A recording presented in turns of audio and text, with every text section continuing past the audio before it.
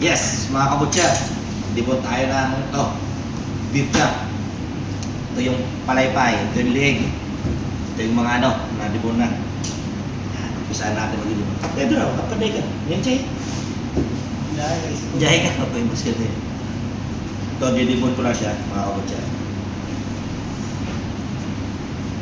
Yan, ganyan lang kayo mag-dibon dito, mga kabutya. Kutsilo ko ngayon gamit, mahaba. Yan o. Kaya gumamit ng deboning knife. Or na yung deboning knife ko, mga kabutya. Pero ang bilis lang to. Bilis lang ito yung debon. Yan, tapos na yan, mga kabutya. Ganyan lang yan. Yung kunting kalikot-kalikot lang. Yan.